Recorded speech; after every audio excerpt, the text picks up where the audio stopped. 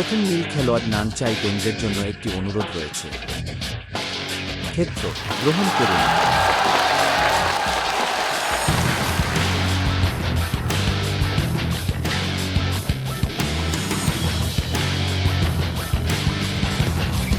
আমাদের লাল খেলোয়াড়দের অভিনন্দন জানাতে বলতে হবে।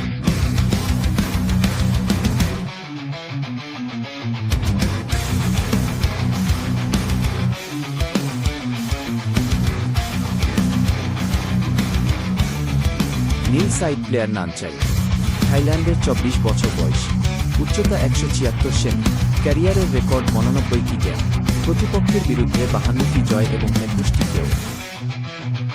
লাল দলের খেলোয়াড় হি বিয়াও এই বছর আমি চীন থেকে 21 বছর বয়সী, উচ্চতা 176 সেমি, তার পেশাদার রেকর্ড 11টি লড়াই এবং 4টি কেও জোড়ায় 10টি জয়।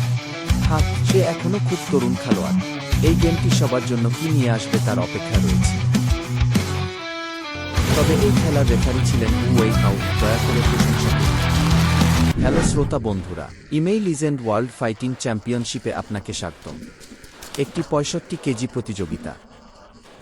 নানচাই চীনা খেলোয়াড় হং ফ্যাং হি বিয়াও। এই নানচাই সহজ নয়। একটি বিখ্যাত পরিবারে জন্মগ্রহণ। তার প্রভু শামা, যিনি হৃৎপিণ্ডের পা ছিদ্র করেন, মুয়ে থাইয়ের গ্র্যান্ড মাস্টারদের একটি প্রজন্ম। 24 বছর বয়সী, 99টি গেম খেলেছেন, 52 বিজয়। তিনি কোথায় বিয়াও? এটি একটি 21 বছর বয়সী চীনা কিশোর।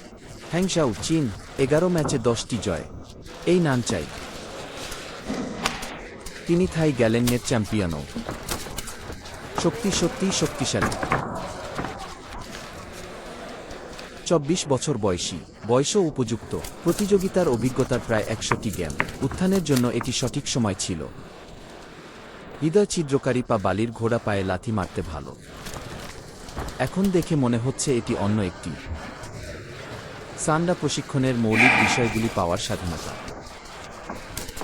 যোদ্ধা, সম্পূর্ণ মুয়ে থাই স্টাইলে একজন যোদ্ধার বিরুদ্ধে দ্বৈরথ লড়াই।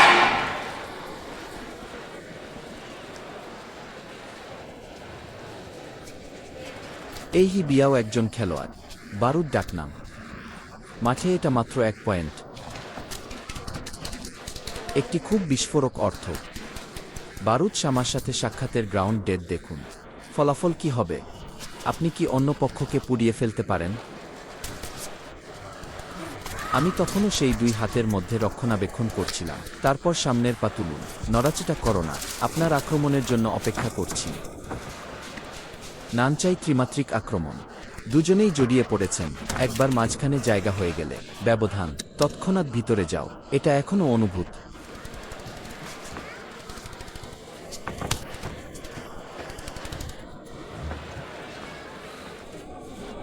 হি বিয়াও আক্রমণের দিক খুঁজে বের করার চেষ্টা করছেন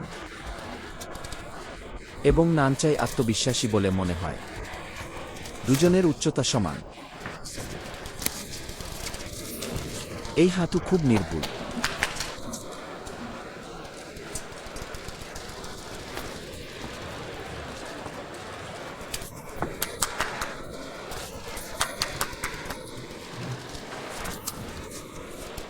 এটি বেশ কয়েকবার হয়েছে।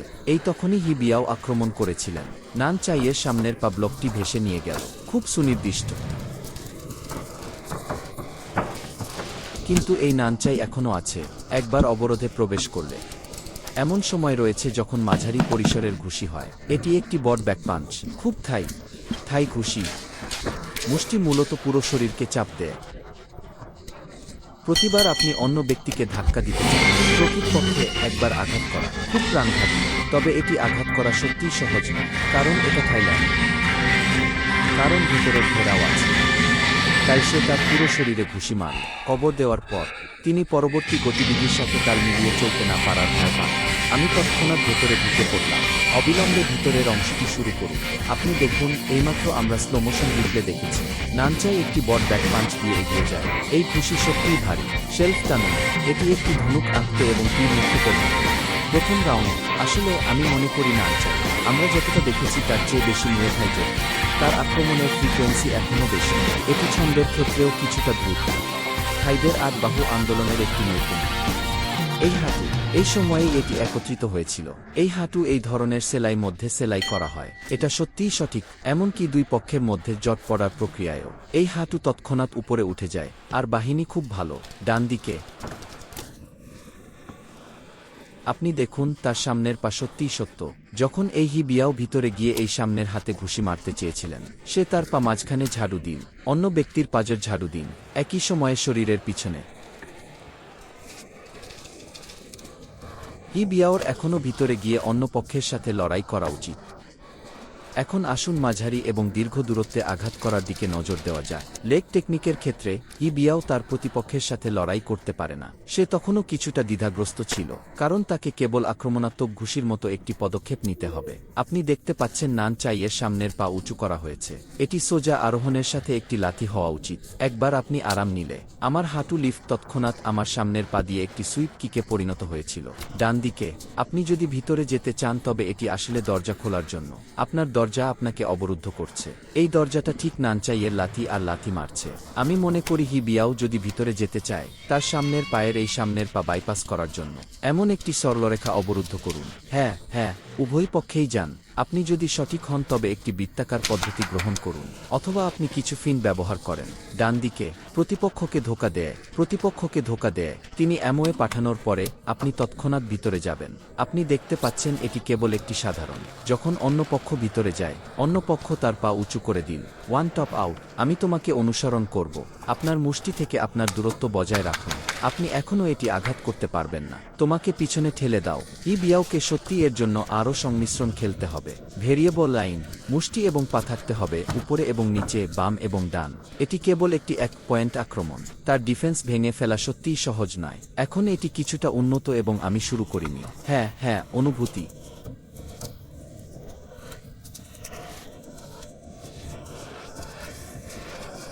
এটা খুব বিপজ্জনক।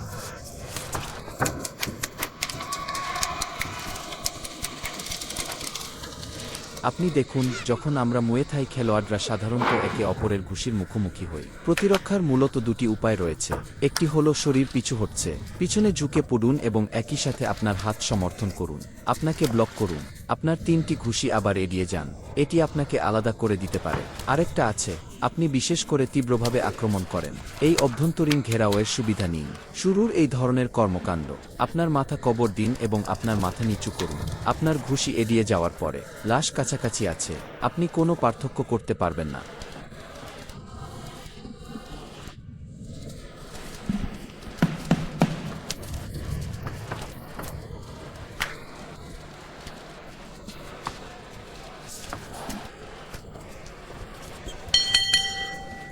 শেষ হয়েছে দ্বিতীয় খেলা। হিবিয়াওয়ের এখনও ভালো উপায় নেই। আমি ভেতরে গিয়ে নিজের সঙ্গে খেলতে পারি।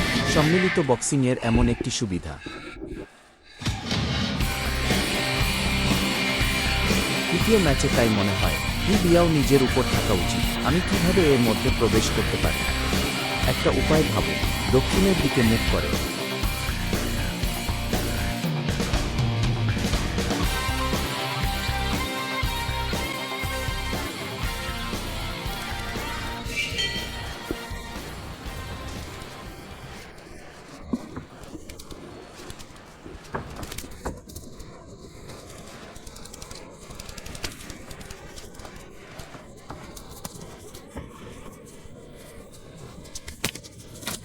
পদক্ষেপটি অনুমান করুন। এটা আসলে খুব স্মার্ট। অন্য ব্যক্তির বাইরের দিকে হাঁটতে থাকুন। এখন হিবিয়াও সমস্যার মুখোমুখি। প্রবেশের পর এই ধরনের নানচাইকে কিভাবে মোকাবেলা করবেন? যে ধরনের কৌশল ক্লোজ র্যাপিং ব্যবহার করে আপনার মুষ্টিবদ্ধ আক্রমণে পরিণত হন। যদিও এই সময়ে এটি জড়িয়ে পড়ে, এটা মুয়ে থাইয়ের মতো হতে পারে না। এর প্রভাব আছে থাই, তবে এটি সত্যিই আপনার ভারসাম্য নিয়ন্ত্রণ করে। সংযোগকারী অঞ্চলে আপনার ঘুষিগুলি কার্যকরভাবে ব্যবহার করা কঠিন হবে। যদি না, তার ঘুষিগুলি গ্রিক ড্রাগনের মাথার সাথে সাদৃশ্যপূর্ণ হতে সক্ষম। তারপর যখন অন্য পক্ষ অভ্যন্তরীণ ঘেরাবে প্রবেশ করে, মাত্র কয়েকটি শরীরের আপার কাটে আক্রমণ করে, এটি বিশ্বের সমস্ত সম্পর্কহীন জটলা ধ্বংস করতে পারে। সুতরাং এই উত্থানের পেটে আঘাত করার অসীম উপায়ও রয়েছে।